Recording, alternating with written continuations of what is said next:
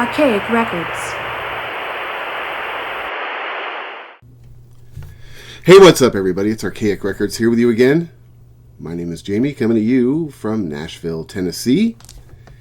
And for today's episode, we're going to take a look at the brand new album by California art pop punksters Empty Gate. The name of their latest release is Aphasia, and in the spirit of full transparency, I've got to tell you that this was probably one of my most anticipated records of 2025, based both on my appreciation of the band's last album, Grand Mal, not to mention my long-standing fandom with Empty Gate vocalist Patricia Howard's former band, a band that is not only one of my favorite bands of all time, but a band that answers the question. What's the question? I don't know. This guy's an idiot. Nobody watches this show. The question is, who is the most important band in the history of Butte County, California? Now, if your response to that question is Mother Hips, you and I are going to go outside, remove our shirts, and have a tussle. Because that band stinks, and they always have stunk. Of course, I'm referring to the almighty Vomit Launch. Now, for some reason, you are unfamiliar with the band Vomit Launch. Vomit Launch were a post-punk, punk rock, sort of college rock indie band from my hometown of Chico, California. A band that were around from roughly 1985 to 1992. A band that put out 4 albums throughout the course of their career. Now, unfortunately for me, this was a band, Vomit Launch, that I sort of discovered post-mortem. Now, as I mentioned just a second ago, this is a band that is from my hometown, which is sort of actually kind of a half-truth. I didn't technically grow up in Chico, California. I am from a very small town about 20 miles east of Chico, California, a town called Paradise. And not long after I graduated from high school in 1994, yes, I graduated from high school. I mean, there's an endorsement for the public school system, But not long after I graduated from high school, I moved out of my parents' house, which is something that we used to do back in those days, you understand. And I moved into the downtown Chico area to sort of unsuccessfully continue my academic career, at which point in time, I began to hear a mythology about a local band that at one time ruled the streets of Chico. This was a band that I heard people discuss with a tremendous amount of nostalgia and affection, and the band was called Vomit Launch. And at a certain point in time, based on the fact that although I grew up in Butte County, I was new to Chico. I was somebody that considered myself somebody that was getting into punk rock, and although I sort of hate the term alternative, I was sort of becoming more familiar with alternative and punk rock. And based on the fact that this was a local band, a band that you would hear people banty about around town, this was a town that I just became morbidly curious about. And at a certain point in time, I walked into one of my local record stores in downtown Chico, an establishment that at the time was basically my holy church, a place that was called the Underground. Now, keep in mind, Chico is not exactly just a one-horse town, but it is a relatively small college town, sort of in an isolated pocket of Northern California. But back in those days, back in the mid-1990s, we had 4 thriving record stores in our little downtown, which the downtown part of Chico is made up of about 6-8 blocks. And within that little tiny geography, we had 4 thriving record stores. Now, my favorite, as I mentioned before, one of them was my holy church. It was a place called the Underground. The Underground was always my first stop when I was in the market for new music. This place was just as awesome as you can possibly imagine. It was a place that sort of identified itself as a rock and roll department store. It had CDs. It had, I think, back in those days, it had a very limited amount of vinyl, but of course it had CDs. It had the giant Subway posters. It had t-shirts. And one of the things I liked the best about the Underground was it was the store in downtown Chico where you could buy bootlegs and imports. Now, there was also this sort of back room in the Underground that I never really went into because I was not a consumer of these sort of items, but there was a room in the back of the store that was sort of the head shop. You could go back there and you could buy bongs and all of your pot paraphernalia. Now, As I mentioned before, back in those days, I was not a consumer of marijuana, and to be perfectly honest with you, you had to sort of ask permission to go into the back room at the underground, and I was always a little bit too shy, a little bit too nerdy to go up there and sort of, even out of morbid curiosity, to sort of pester the snotty the clerks that worked at the underground, to have them sort of lure me back into the head shop.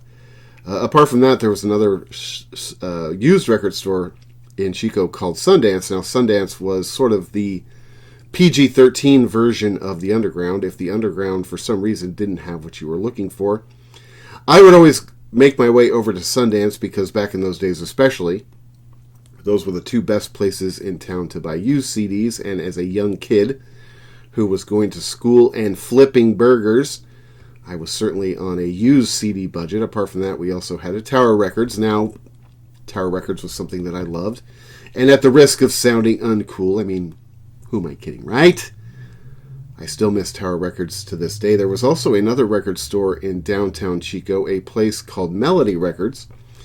A place that back in those days I didn't really frequent very often. It was sort of a place that I always thought of as being the place that the old guys hung out to buy their Grateful Dead bootlegs and, wax intellectually about the greatness of Jethro Tull. And it was a record store that I would go into, maybe once every 6 months to sort of check to see if they had anything interesting. Normally for me, they did. Now, ironically, most of those record stores in downtown Chico are gone. Ironically, the one store that has survived, the last man standing, if you will, is that record store, Melody Records. Now, Melody Records is absolutely incredible. Every time I go back home, I make it a point to stop into Melody Records 2 or 3 times while I'm in town. That isn't really the point here. The point is that I caught wind of this band called Vomit Launch, a band that locals bantied about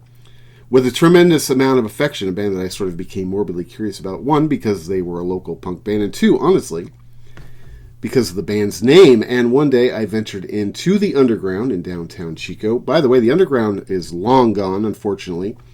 But if I'm not mistaken, and I could be, but if I'm not mistaken, I believe the last time I was in town, which was just in September, I do believe that the awning for the underground is still hanging over the storefront where the shop existed. It's sort of a teaser for those of us who grew up going to the underground, at least as young adults. But anyway, that isn't really the point. The point is that I ventured into the underground one day in search of a CD by this band called Vomit Launch, a local band that people had been talking about, a band that, like I said before, there was this sort of mythology that existed around them, and I stumbled upon this CD.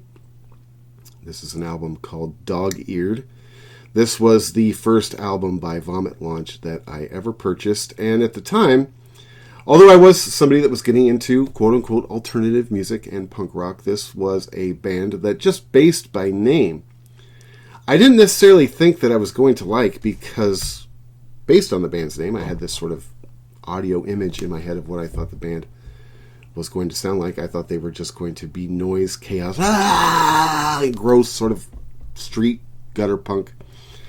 And that really wasn't the style of music that I was into, but I still wanted to hear this band because of the sort of curiosity that had been built up in my head. So this was the CD that I found at the underground that day. I picked it up, I took it home, and I listened to it, and basically I was immediately hooked. This album sounded nothing like I had it pictured in my head.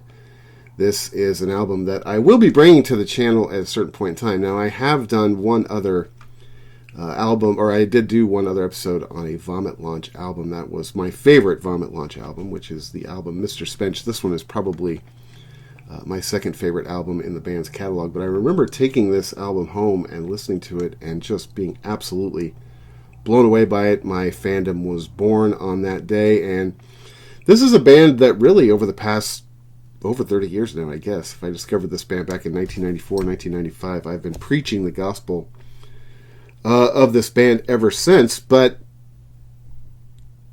the band Empty Gate, unfortunately, is a band that I just discovered last year, despite the fact that the band has been together for quite some time. In fact, it was through my love of the band Vomit Launch, that I first discovered the band Empty Gate many months ago on this channel. I did an episode, as I just mentioned before, on the album Mr. Spench, which is probably my favorite album in the Vomit Launch canon. If I were going to sort of steer somebody in the direction of this band, if somebody said to me, "Hey Jim, I'm sort of interested in getting to know the band Vomit Launch, where do you think I should start?" I would probably, although this album is great, they're all great. All their albums are great. All four of their albums are great. Although I think Dog-Eared is absolutely incredible. If I were going to sort of steer somebody into the direction of the band Vomit Launch, I would probably say that the band's album Mr. Spench is probably, at least in my opinion, the best place to start. Now, I did an episode on that album many months ago, and a viewer of this channel left me a comment. Now, I want to give credit where credit is due. I just did an episode on the Empty Gate's last album, Grand Mal, not too long ago, and in that video, I mentioned this viewer who sort of turned me on to the Empty Gate project, and I want to give credit where credit is due. This is somebody that goes by the moniker The Happy One.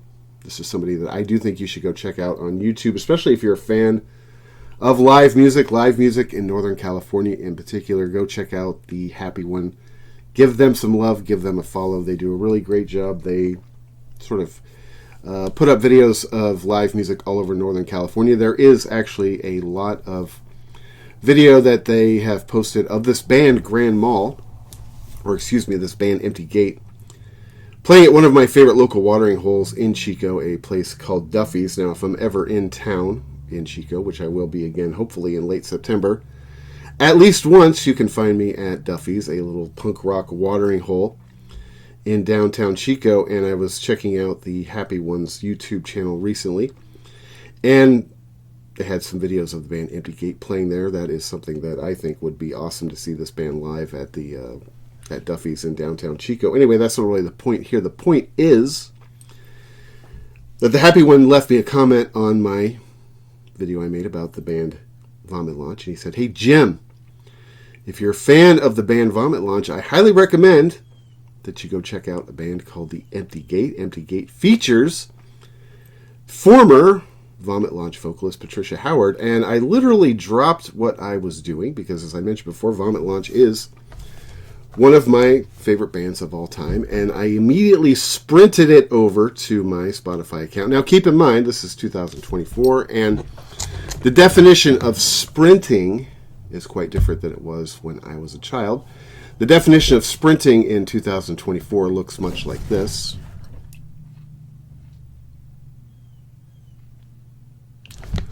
So that's what I did. I sprinted over to my Spotify account. I searched for the band Empty Gate, and sure enough, it popped up. And this was something I can't even begin to tell you how excited I was, because, as I mentioned many times before in this video, that Vomit Launch are one of my favorite bands of all time. This was a band that, as far as I knew, went extinct back in 1992. Now, as far as the other members of the band Vomit Launch, it has been very well documented that the band's bassist, Larry Crane, has become a producer and a publisher. The band's guitarist, Lindsay Thrasher, at one point in time, I believe she still does, although I'm not certain on this, she owns or at least co-owns a record store up in Portland, Oregon, called Exiled Records. And I had been told that the band's drummer, Steve Bragg, was running a very successful screen printing business in Chico, California. But the one member of the band that you always sort of heard the least about was the member of the band that I was always the most interested in, that being the vocalist,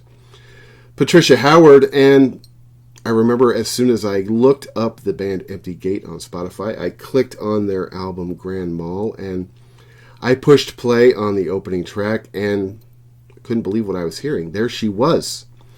There was Patricia Howard. And I say this metaphorically because, no, I do not know her. I've never met her. She's not a friend.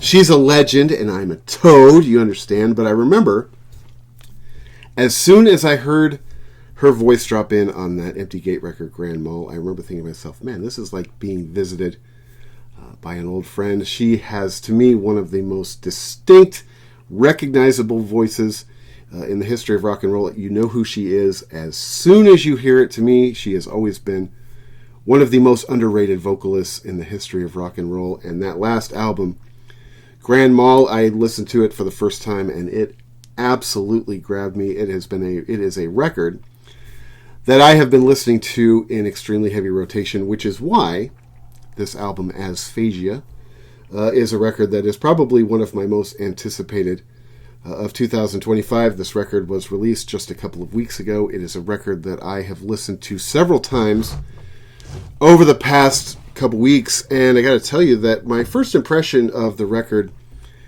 Aphasia, was, as I was listening to it the very first time, I remember thinking to myself, well, this record doesn't grab you right out of the gate like the Grand Mal record does. I remember the first song on the Grand Mal record is a song called Everybody Wins a Loser, and just immediately from the opening, chords of that song all the way through the record, on its first listen, that was a record that I was absolutely in love with. Now, this record, Aphasia, as you go into the first song, which is called Choking, I realized that pretty much immediately that this record was going to be a little bit more of a slow burn. It didn't necessarily grab you right by the testicles immediately and just start squeezing. This was a record that I knew, I could tell, was going to take a little bit of time to sort of grow on me, which I would say that it has. Now, it is a record that I really like a lot. It is not, in my opinion, having only listened to it a few times over the past couple weeks, I will say that it is not quite as good,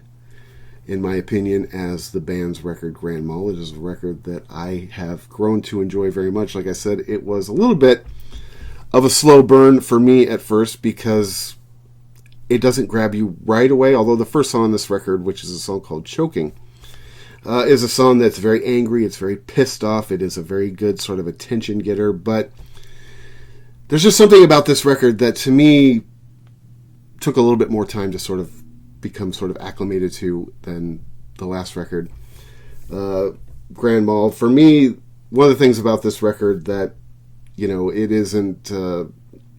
isn't quite as obvious for me as the last record is I feel like the lyrics on this record are a little bit more abstract. They are a little bit harder to sort of wrap my mind around. Now, keep in mind, I'm a dullard. I have a hard time, with Dr. Seuss, so reading, sometimes interpreting people's lyrics isn't always the easiest thing for me. But this album, Aphasia, much like the last record, Grand Mal, it sort of combines elements of punk, post-punk, indie, art pop, bar rock, college rock, a little bit of death rock in there, even a little bit of spaghetti western theme guitar work in there for you. And as I mentioned before, the first song on this record is a song called Choking. This song to me is, like I said before, it is a very good attention getter. It sort of grabs you. It is very angry. Now, one of the things I love most about Patricia Howard's vocals, which is pretty much everything, as I mentioned before, she's one of my favorite singers in the history of not only punk rock, but of all rock and roll. But she's very talented when it comes to emoting all sorts of different emotions. She is somebody that is capable of a tremendous amount of range in her voice, and this song comes out of the gate. It is very pissed off. I think pissed off is one of the things that she does best. One of the things I love the most about her as a vocalist and as a performer is I love her attitude, I love her snottiness, I love her brattiness, and it really comes through in this song. I really love the lyrics to this song. It has a lyric that I really love that says, "I'm never going to cry in front of you again," which sort of, to me, and again, whenever I sort of interpret these songs, I always make it a point to say that, this isn't what the song means, this is just sort of what it makes me think of. But when I hear the lyric, "I'm never going to cry in front of you again," what it makes me think of is this is somebody that you've already given basically everything to, but you're just not going to give them that. You're not going to give them that last shred of your dignity. Now, you may go home and sob your eyes out, but this person is no longer going to see you in that predicament. I really love this song. It, like I said before, it is angry, it's pissed off, it comes out right out of the gate. Sort of in the same vein as the first song on the last record, Everybody Wins a Loser, although Everybody Wins a Loser to me is a little bit of a better song. It's a little bit more melodic. This song sort of just comes out throwing elbows. I really like it. Again, I really love when Patricia Howard gets pissed off when she gets angry. The second song on this record is a song called Wednesday, June 17th. Not exactly sure what is significant about that date, but this song, again, has sort of an indie pop punk, college rock kind of vibe to it. Of all of the songs on this album, Aphasia, this is the one that most reminds me of her former band, Vomit Launch, so I absolutely love the instrumental track on this record. Vomit Launch was a band that were just the jugs, in my opinion. Again, one of my most favorite bands of all time. I love the lyric in this song when it says, in the back of my mind, you are the star of every movie.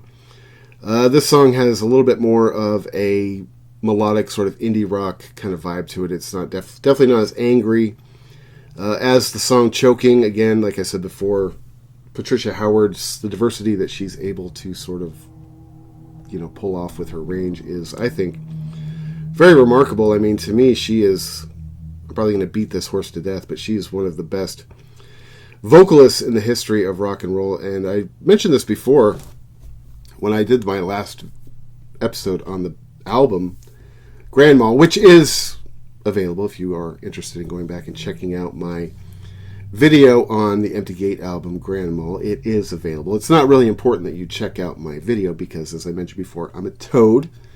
Patricia Howard is a legend. So what's important is that you go back and listen to the album. My video is sort of secondary to that. You need to go back and listen to the album. But one thing I was talking about when I talked about the album Grand Mal was it was the second album in a very short period of time that I had done by the title Grand Mal, the other one being by former In Spiral Carpets vocalist Tom Hingley, his newest album, which is awesome too, by the way. His newest album is called Grand Mal, and I was sort of daydreaming in my head, man, what would it be like to have Patricia Howard and Tom Hingley sort of team up on some sort of collaboration? Because although, you can make the argument that In Spiral Carpets were a band that got a fair amount of success, certainly more success than a band like Vomit Launch, at least in the UK. I always felt like In Spiral Carpets were a band that sort of got overlooked over here in the United States, because if you go back and you study the time frame in which In Spiral Carpets were active, at least over here in the United States, of course, we were living during the height of the grunge revolution, or as I like to describe it, the grunge monopoly, because grunge basically pushed everything else out of the public consciousness. And a band, unfortunately, like In Spiral Carpets, were a band that over here in the United States, I felt like went very undernoticed, and Tom Hingley's one of my favorite vocalists of all time. And I remember based on the two album titles being Grand Mal, I remember daydreaming, man, what would it be like if Patricia Howard and Tom Hingley were able to team up on some sort of collaboration? I do believe that might give me some substantial chubbage, son. Anyway, the third song on this record is one of my favorites. It is a song called Faux Posh. This is sort of a big, bombastic, clanky, loud song. It sounds kind of like a lawnmower that is on its last leg. That is, unless you make the mistake I made and purchase an electric lawnmower, which is always a fun time to be seen in your southern neighborhood, pushing around your little sissy mower, like, only to have your hillbilly neighbor come over to you and say, what you got there, girl boy? So you say to him, yeah, just trying to nurture the earth, sir. He says, you ain't from around here, is you, son? So finally you say to him, is there something I can help you with, Selmer? I mean, isn't there a rally you should be at or something? And as if all of that masculine degradation isn't snug enough, it takes about a day to charge these little batteries that come with this thing, and they give you about 10 minutes worth of sauce. So yes, although the air above your house is nice and clean, your lawn looks like shit! But that isn't really the point here. The point is that I really love this song. This is one of my favorite songs on the record. It's also got this really cool kind of spacey synthesizer. It kind of reminds me of like 80s Rush mixed with the band space. Like I said before, this is one of my favorite songs on the entire record. To me, this song makes me think of, again, I'm not saying that this is what the song is about, but to me, this song makes me think of human nature and the way that people have a tendency, when you're sort of entering into a new relationship, whether it is a relationship, a friendship, a professional sort of situation, people have a tendency to sort of be on their best behavior for, the first 6 months to a year. I've always sort of maintained that when you first begin dating somebody, you don't really know who they truly are until you're about, 6 months to a year into the situation. The person never farts in front of you. They always wait until you leave to have a dump. They never lose their temper. They never get too drunk. They never do things that they might do if you weren't around. And then slowly over time, you begin to sort of see who they really are. And I'm not saying that that's a bad thing. They aren't always a bad person, but, they're always going to wash their feet before you come over for the first 6 months. After that, I don't know, you might be exposed to a little bit of their toe jam. Anyway, the song after that is another one of my favorite songs on the record. This song is called David Crosby's Boat. This is a song that when the record was released and I saw the title of it, I immediately thought of my dad who was just out here not that long ago. Actually, I wanted to have my dad on the channel because my dad is the world's biggest Crosby, Stills, and Nash dork, and I thought it'd be really fun to do a show with him talking about Crosby, Stills, and Nash. But when he was out here, the house and the studio that you see behind me was still sort of in a little bit of a state of disrepair. But David Crosby is somebody that, and the band Crosby, Stills, and Nash is probably the biggest soundtrack of my childhood. Both of my parents were into music. I would say that both my parents had reasonably, good taste in music. But, David Crosby, Stills, and Nash was definitely the band that I heard the most growing up with as a kid. So when I saw the title of this song, David Crosby's Boat, of course, the first thing I think of is my dad. This song is very sort of down-tempo. This song reminds me of sort of Pavement meets Lilith Fair. I really love songs that just sort of arrive. They just sort of drop in, and that's sort of what this song does. This song has just an incredible, beautiful vocal performance. I love the lyrics to this song. This song is a little bit more understated when it comes to her, her sort of vocal delivery. As I mentioned before, she's so great at sort of delivering all sorts of vocal styles, whether it's angry, bratty, sarcastic, cocky, understated like it is in this song, or quiet, melancholic. This song also kind of reminds me, her vocal delivery of this song, it sort of also reminds me of something that used to be kind of a thing back in the 90s. You'd go to a coffee shop at night, they'd have sort of an open mic poetry night type of thing. That's kind of what her vocal delivery, and sort of lyrically, this song kind of reminds me of like 90s spoken word as far as the lyrics go to the song. I love this song. It's sort of this song, when I heard this song, it really did sort of transport me back to sort of the mid-1990s. The next song after that is a song called Creepy Chugger.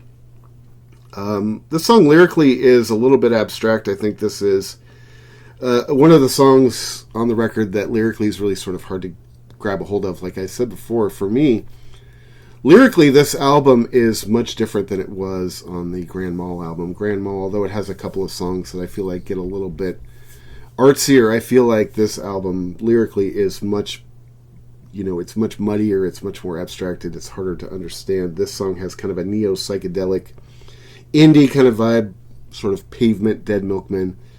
Meet the Doors, I love it. I love the organ, the keyboard on this song is another one of my favorite songs on this record. I mean, I love indie rock, I love Pavement, I love the Dead Milkmen. I'm a casual Doors fan. I wouldn't say that I'm necessarily, the biggest connoisseur of all time of the Doors, but I love psychedelic music. I love bands like Marmalade and Strawberry Alarm Clock and Tremolos and stuff. And this song, I think, has some influence of stuff like that. The next song after that is called Everybody's Stalking. This is another one of my favorite songs on the record. The song sort of starts off chipper and poppy, sort of bubble punk. But as the song progresses, the real emotion sort of begins to expose itself. The song gradually becomes more and more aggro. Until by the end, the song sort of feels like a panic attack. I love the chorus in the song where she says, everybody's always happy, or everybody's happy, or something like that. I love that. That song. I love the description of this show when it talks about going to see a show. It says, it seemed so magical to go to the big show. Man, it was expensive, which is something that is sort of something my wife and I always sort of joke about when it comes to concert tickets in today's musical marketplace. In 2 weeks, I'm going up to see Morrissey again, because it always comes back to Steve at the end of the day. And concert tickets nowadays, now I'm not going to miss Morrissey for anything. This is going to be my 15th show, say what you will. But, I talk to people all the time at my work, people that are fans of music, people that come to me in my professional real life tend to be people that like music. That is something that we like to discuss together. And the cost of tickets is something that everybody is sort of uncomfortable with right now. I mean, I think it was, everybody, one of the big shows coming out to Nashville in the very near future is Pearl Jam. They are coming out here this week. Actually, this week, speaking of big, expensive, bombastic shows, this week, I'm going to go take my niece to see Metallica at the NFL Stadium here in Nashville. They're playing 2 nights at the NFL Stadium. Now, keep in mind, I'm not really a big metal guy. Metallica is something that's sort of off of my radar at this point in time, but to think that Metallica are playing 2 nights at an NFL stadium, I mean, that is something that blows me away. The fact that they must be bigger now than they've ever been. But my niece, who actually, I'm going to try and get her to come on the show with me after the Metallica show now. She's 20 years old. I'm not exactly sure how she became such a huge Metallica fan. She's like a musical old soul. She used to just be obsessed with the Beatles. Now Metallica is totally her jam. But what the song goes into is, you're going to go see this band that you like, but at this point in the game, because you've gotten older, all of the bands that you and the artists that you like are older, and she says he was puffy, bloated, he was in a wheelchair, he was smoking, and no one cared. And that's sort of the experience I've had with some of my favorite artists as I've gotten older. I mentioned this before, I think, on this channel. I mean, one of the artists that I love almost more than anything in the world now, within reason, is Iggy Pop. Iggy Pop is somebody that I've seen, had the just tremendous pleasure of seeing 3 times over the years. In fact, the first time I saw Iggy Pop was probably one of the greatest shows I've ever been to in my life. It was right around the time, right around this time in the mid-1990s. One of my friends and I went down to San Francisco to see Iggy Pop play at the Warfield, and it was right around the time I was just sort of starting to get into the Stooges and Iggy Pop, and it was one of those shows that just affirms your fandom. It was absolutely unbelievable. I mean, it was everything you'd ever want. Still probably one of the top 10 greatest shows that I've ever been to, and you see what Iggy Pop is out there doing now, and it's nothing against him. I mean, everybody gets old. It's just a part of life. I'm not going to sit here and throw rocks at the guy for aging, but at a certain point in time, man, you have to sort of wonder when it's time to hang it up. I always think this one, especially when I see guys who are struggling, guys who are older, especially somebody who comes from more of a sort of a punk rock background, that sort of punk rock ethos. I can't help but wonder, back in the day, I mean, isn't this what you were sort of rebelling against? Weren't you sort of rebelling against becoming this sort of sad legacy guy, a guy that can't go up there, a guy that can no longer do what he used to do? And I was thinking to myself, well, okay, must have been easy. It's easy to be nihilistic when you're 20 years old, but when you're waiting for Social Security to kick in, I guess you have to do something in order to pay the bills. Just last night. Now, I'm not even a fan really of this band, but just last night, I stumbled upon some live footage of the band Heart. Now, nothing against Heart. I don't love them. I'm not a fan. I'm not a fan. I think that they had a couple of good jingles. They were a band that sort of reminded me of my childhood. I think my mom was sort of a fan of their 70s music, but Ann Wilson is now basically performing in a wheelchair. It's sad. More than anything, it's sad. I mean, did you see any of the footage, or maybe you went and saw it live? I don't know why you would. Now, I'm not even a fan of this guy at all. And again, I'm not here to throw rocks at somebody for aging, but did you see what Phil Collins did last year? I mean, that is sad, son. Who wants to be that guy? Now, fortunate in the sense that the big dog, where is he? There he is. Stephen Patrick Morrissey, at 60, almost 66 years old, is still relatively on top of his game. He still looks great, sounds great, but I got to tell you that even Morrissey, as much as I love him, if I went and I saw him live and he was doing what Phil Collins is doing and what Iggy Pop is doing and what Ann Wilson is doing, I couldn't do it anymore. I just have to call it good. And that's sort of what this song makes me think of, is going to see one of your favorite musical icons and seeing that they've sort of been ravaged by age. It also talks about how he's smoking and no one cares. Nobody's going to kick out the icon. It makes me think of, every time, another one of my favorite bands. Now, this band is still physically pretty well on top of their game also, but it makes me think of every time I go see Echo and the Bunnymen, because Ian McCulloch is a hardcore smoker, and he always has been, and regardless of where you see Ian McCulloch live, he's going to have a butt going. And I remember one of the last times we saw him live, it might have been the last time I saw him live, was in San Francisco at the Masonic, and California is about as anti-tobacco as it gets, and he's up there in an indoor building in San Francisco about as tobacco unfriendly an environment as you can imagine. And sure enough, he's just got the butt going. Nobody says anything to him. Nobody comes up there and tells him not to do it. Nobody kicks him out. And that's just sort of what it made me think of. I love that song, Everybody's Stalking. It's, apart from, I mean, that might be, what was the other one? Faux Posh is probably my favorite song on this record. That might be my second favorite song on this record. The next song after that is a song called Mellow Choir. Probably one of my favorite instrumental tracks on this record. It reminds me of 45 Grave, sort of Roz Williams era Christian Death. I made the mistake one time. I'm a huge Christian Death fan.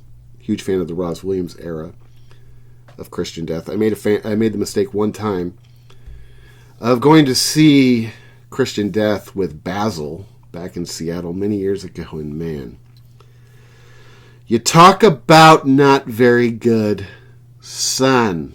Only Theater Pain is one of the greatest records ever made. The song kind of reminds me a little bit of 45 Grave. As well, it's big, it's atmospheric, it's got these cool swirling sort of gothic keyboards. I like the vocal effects she uses on the verse in contrast to the clean vocals that she does during the chorus. Now, my one sort of quibble would be that the vocal effect that they use during the verse of this track, it sort of bleeds out the vocals a little bit, so you have a hard time understanding what she's saying, but it's not that big of a deal. The song is awesome. The next song after that is a song called Word of Finger. This song is pretty straightforward. If you've ever been in a dying relationship, the song is totally relatable. This song talks about how I don't know if we're going to stay together. All we ever do is fight. The fights are getting louder. The fights last all night. What it made me think of was a situation that I was in many years ago with my ex-girlfriend. I've brought her up on this channel many times. Now, I'm not going to mention any names, but her and I lived in an apartment one time, and we were going through a particularly rough patch. And I remember I came home from work one day, and there was a note taped to my apartment door, and my girlfriend at the time and I had been going through quite a series of rows, if you will, and I got to work, I got home, and I found a note taped to my door, and I sort of had this weird feeling I knew what the note was going to be about, and it was from one of our neighbors. And it was very nice. It wasn't threatening. It was like, hey, I'm going to call the cops, goddamn it. It was just like, hey, guys, listen, it seems like you guys are sort of at a crossroads in your relationship. I just wanted to let you know that I've been there myself. There's many other fish in the sea. There's worse things in life than letting a bad relationship end. And ironically, my girlfriend and I broke up not too long after that. Now, didn't really have anything to do with that note, but her and I decided at a certain point in time to go our separate ways because the relationship was dead. I mean, this song is pretty much exactly how I felt about our relationship. Now, of course, we ended up getting back together because when you have dysfunction that is that severe, you always think, go give her another do. I swear to God, in a relationship that just twisted is almost like a drug. It's almost like an addiction. I remember telling my friends, or not telling my friends, but basically saying to my friends, yeah, I could, swear to God, man, I'm going to go back for one more black eye and then I'm done. I'm out of there forever. I got to get a score. They just sort of roll their eyes because it's sort of like we broke up, this relationship was so sick and so gross that I almost kind of went through withdrawals, honestly. I kind of almost missed how gross it was. So we got back together. Eventually we came to our senses, but this song, another one of my favorite songs on the record, very angry, very straightforward, very relatable if you've ever been in that situation. The next song after that is a song called Birdie. This song is sort of indie rock meets spaghetti western theme. I sort of picture the members of the Dead Milkmen riding into town on their trusty steeds, perhaps going to have a shootout with a few cattle rustlers. The vocals on this song are beautiful, just gut-wrenching. Again, the emotion she is capable of delivering is just remarkable. You really feel the narrator's pain in this song. I love this song. This is another one of my favorite songs on the record. I would say instrumentally it might be one of the most unique tracks on the album. Like I said, it's got kind of a spaghetti western sort of effect on the guitar. That's what it made me think of. Was, the good, the bad, the ugly, stuff like that. The next song after that is a song called Dog Boy. Now, this is a song that I played for my dogs, Gizmo and Scratch, to sort of see how they felt about this particular jingle. And, honestly, they really couldn't have been any less interested. Now, in fairness to the song and the band, my dog Gizmo was doing some pretty heavy work on her box at the time. And when she gets into that mode, you can't really pull her out of it. This was a song that they didn't really seem to care that much about. Now, my dogs don't really know anything. They're a couple of chuds. Now, I can say that. Okay, they're downstairs. They don't watch this show. They watch reruns of The Price is Right. They love Bob Barker. Get it? Barker? Dogs? Barker? Unfortunately, if I had to pick a least favorite song on this record as well, it would probably be the song Dog Boy. To me, this is really the only minor piece of clunkage on this album. The last song on this album is a song called It's Always Maggie. This song is very bouncy, sort of Dead Milkmen, a band that I love. You're never going to hear me gripe about a song that reminds me of the Dead Milkmen. I'm not sure who Maggie is, but this song reminds me of the Ramones, not so much stylistically, but this song reminds me of a Ramones song because the first time I heard the song and every time I've listened to this record ever since, this song just gets stuck in your head and it basically lives there all day. This is easily the most catchy song on the record. I think it's a really fun way to end an album that I think is very good. It is an album that I definitely think that you should check out. This is a band that you should become obsessed with.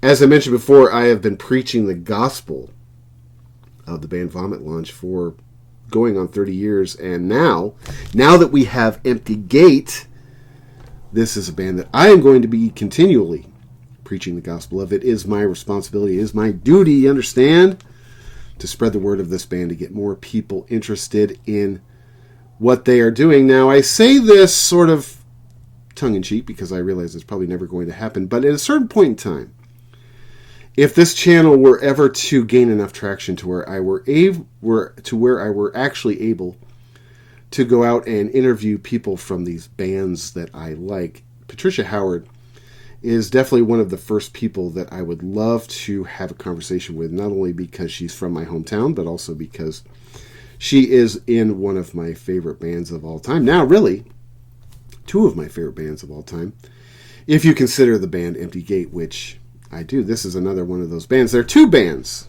from my youth, California bands, two bands that I'm still obsessed with to this day, Vomit Launch being one of them, and the other one being the Mr. T Experience, a band that I've brought onto this channel many times in the past. These are two bands that, in my opinion, Now that we are living in the age where every artist, literally every artist that's ever existed, has some sort of documentary made about them, these bands, both Vomit Lunch and the Mr. T Experience, and Empty Gate is an extension of that. We need to have documentaries made about these bands. It needs to happen. If nothing else, I'm going to do it. And I'm not even a filmmaker, so it's going to stink. But we need somebody to go out and celebrate the career of both Mr. T Experience and the band Vomit Lunch. And at a certain point in time, if I ever got a chance, now, again, she's a legend and I am a toad. Don't expect it to ever happen. But if I ever had a chance to sit down and interview, whether it was in person or on camera, Patricia Howard, she is somebody that I would just absolutely love to have a conversation with, especially going back to the early days of Vomit Lunch. What was it like to be in a punk band in Chico, California, of all places, back in 1985? It had to be. It had to be interesting. I mean, I was only, 12 years old, something like that? I don't even know. I suck at math. Anyway, man, check out the album Aphasia by Grand Mal. I keep saying that. Why am I such a stupid person? Check out the band Aphasia by Empty Gate. I don't think you will be disappointed. Also, go back and check out the album Grand Mal. And if you haven't done it as of yet, check back on the entire catalog, the entire body of work of the band Vomit Lunch. Again, I want to thank my good friend on YouTube, The Happy One, for even turning me on to this band, because if it wasn't for them, sadly, I wouldn't even know that this stuff was out there. I wouldn't even know that this band existed. Does that make me a poser? Probably. Anyway, man, thank you so much for checking out this video. This is Archaic Records. My name is Jamie, coming at you from Nashville, Tennessee. Be sure to go out and support your local record store like Melody Records in Chico, California. I will be home probably the last week of July. Can't wait to be back in Melody Records. Can't wait to be back at Duffy's. Can't wait to be kicking around downtown Chico. It's funny, as a kid, growing up in Paradise and Butte County, and then as a young adult living in Chico, I didn't really have a ton of appreciation for that area at the time, because I always saw myself as being more of an urbanite, especially living up in Paradise. I was a total nerd in high school. I literally had no friends. I know. Can you imagine? And I just didn't really have a ton of appreciation for Paradise, Chico, or Butte County. But now when I go home, man, I love being back home. I love being in downtown Chico. It's a very special place. So I will be back in last week of July. We'll definitely be popping into Melody Records and Duffy's, and probably the Madison Bear Garden, and probably Kona's, and probably Speedy Burrito, and all of the old haunts from Chico. Anyway, check back for Morrissey Monday, a celebration of all things Morrissey and the Smiths, as well as other record content and album reviews throughout the week. And I mean, I guess unless there's anything else, that's just about going to do her. So until next time, my friends, talk to you then.